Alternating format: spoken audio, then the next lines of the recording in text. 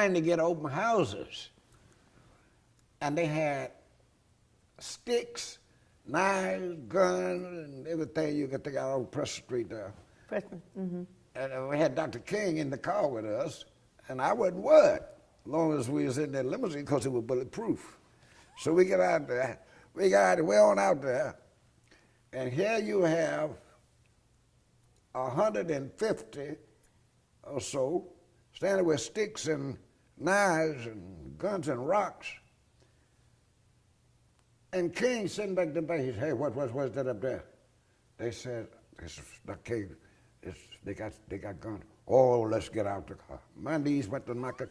He said, let's get out the car. I said, what do you mean get out the car, Doc? He said, we cannot allow them to think that we's afraid. I said, oh, God. In that voice. In that voice. We cannot allow them to think that we's afraid. We must beat them. We must beat them. God have not given us the spirit. I say, he may have gave it to you, but he sure gave me some fear. But anyway, I was nervous.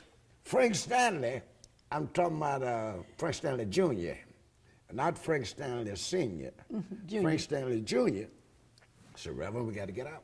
Now, he was the head of the Louisville Defender, you know.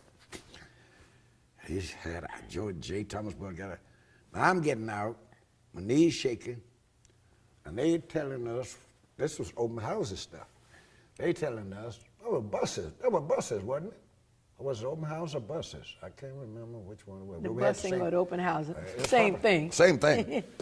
But anyway, Dr. King gets out, and time he get out, one of them boys threw a rock and hit him on his jaw. Police said, no, they ain't doing too much and nothing, just letting it happen. He reached down and get that rock and go to talking about that rock. I'm going to take this rock to Green Street Baptist Church, and I'm going to build brotherhood.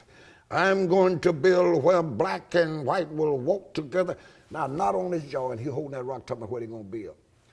He said, I'm going to build that someday that we can bring our boys from the Vietnam War.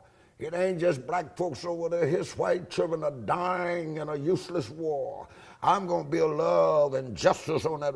And that little young boy went to shake it. He said, Mama told me to do it. And when we got to bottom church at Green Street, we had more white than we had black that marched with us. Got converted on that open house thing, marching for the Lord.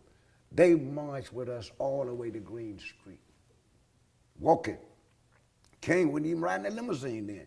Well, I didn't mind it after he done preached and they done put them guns down walking, but them guns and things, I mean, they had these big old shotguns, them big rocks, right on Preston, done lined it up.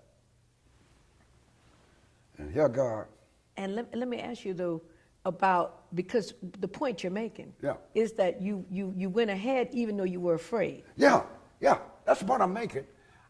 I went ahead because the cause was so important.